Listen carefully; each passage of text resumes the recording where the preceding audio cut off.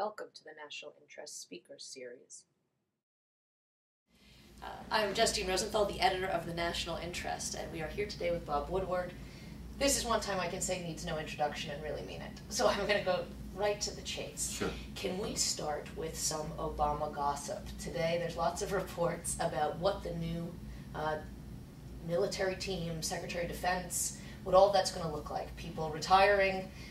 Do you have any input on this? There's lots of gossip, and no one has any good information from what I can tell. And that includes you? That includes me, because Gates has said he's leaving next year. Obama wants him to stay the whole time.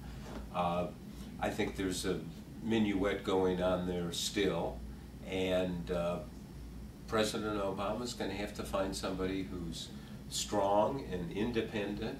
A lot of people think he ought to have a Democrat as his Secretary of Defense, but no one knows. Important also is the Chairman of the Joint Chiefs. And in my book, Obama's Wars, Admiral Mullen comes off in these meetings as very obstinate and declining to give the president additional options for the Afghan war that the president is pressing for, said I was promised, and Admiral Mullen says, well, this is what I think is best and what I think will work, and there was a lot of unhappiness in the White House about that, and so they're going to have to find somebody, and to Mullen's credit, that's what he believed. The rap on earlier chairman under the Rumsfeld, in the Rumsfeld era, they were too weak. They were the parrots on the secretary's shoulder. And so you got to find somebody who's not a parrot, but somebody who is independent, but somebody who will fit into that quite political team in the White House. Now, Petraeus is, of course, one of the names that's coming up for Chairman of the Joint Chiefs. Considering that it sounds like from your book and all impressions that we now see following on in the press that the war may not be going well. Petraeus thinks it will take a very long time, the Afghan war, that is, and that Obama wants out. How are those things getting reconciled? Do you have any sense of that relationship and whether that eliminates or makes him a better choice as chairman? It's very complicated, and I think Petraeus has got to see this through. And you know, he was the miracle worker in Iraq, and we'll see if he is in Afghanistan. But you know, there's a lot of bad news in Afghanistan. It is not Iraq. You don't have a lot of the things that made Iraq possible, the Sunni awakening. You don't have the oil revenue. You have an insurgency which has been active for a long time and is quite potent, and the Taliban insurgency, a lot of them think they're winning. It's hard to negotiate or defeat people who think they're winning. Now, we say that Afghanistan is not Iraq. That's certainly true, but what about the fact that now it does look like Iraq may be turning back to a more sectarian, violence-oriented country again? We're seeing Christians also being targeted now. Does this, in 2020 hindsight, start to look less like a Petraeus victory? Well, the victory was a reduction in violence, more stability, some sort of political stability, and a drawdown of U.S. forces, which has occurred. I mean, they're 1/3 the forces in Iraq, U.S. forces that were there at the height of the surge. So that is lots of progress. It's not necessarily victory, but you're absolutely right. The Iraq war is a question mark. The Afghan war is a question mark. The war on terror is a question mark. Well, so let's play out another 9/11 attack, another 9/11 type attack. The idea that the country can bear that out versus does that empower Obama to stay out and stick it out in Afghanistan potentially longer than he would have maybe liked or thought he was willing to do? I think the issue is not another 9/11 attack. Okay. It is, President Obama told me the country would be traumatized by one man, one bomb. There have been no attacks that have been successful in the United States since 9/11. So it could be a giant event.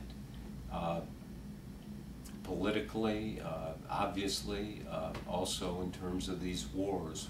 Where do you go, what do you do, and let's see if it happens and how he responds. Yeah. But I think one of the things I found in doing 4 books on President Bush and interviewing him for hours is that by the end of his presidency, he was fatigued. In the era of terror, you know, that phone rings, and it's not the 3 a.m. but the 3 p.m. call. Now, you did 4 books on Bush. There's part of me that wants to say to you why.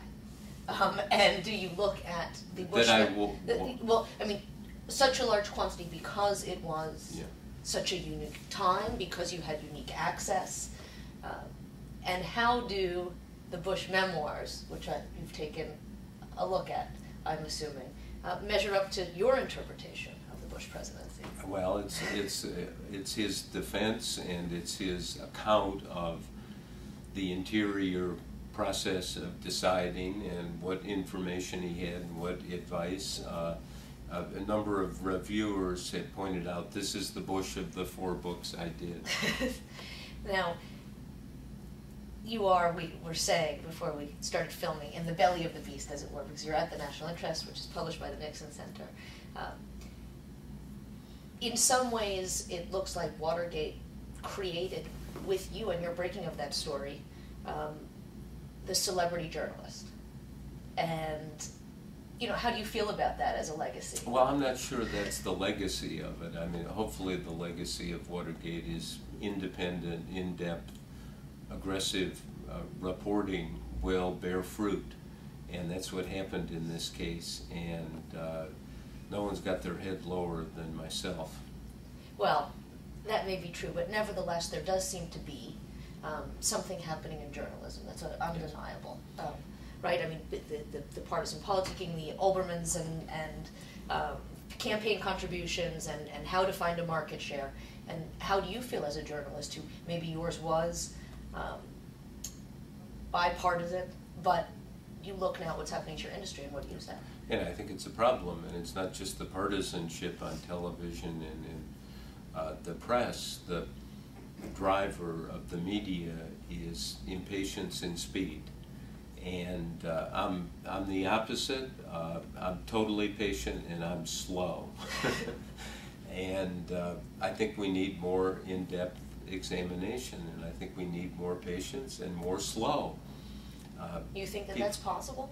Yeah, I think it's possible, and I think it's necessary.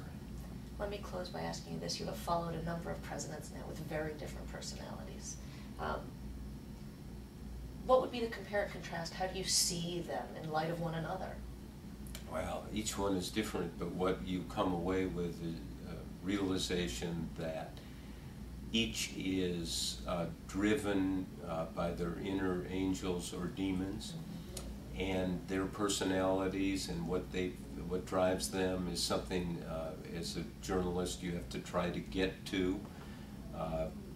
If I may say this, the day Nixon resigned in August 1974, and he gave that speech to his cabinet and friends and senior staff in the East Room, and it was Nixon raw, no prepared remarks, talked about mother or father, and at one point he just kind of waved his hand like, "This is why I called you here." And he said, I don't know if you remember the quote, it's Nixon at his best. He said, "Always remember, others may hate you, but those who hate you don't win unless you hate them, and then you destroy yourself." On the day Nixon left office, he realized that the hating that was driving him too often was his destruction. Well, I think this is a perfect note to end on, an excellent lesson learned.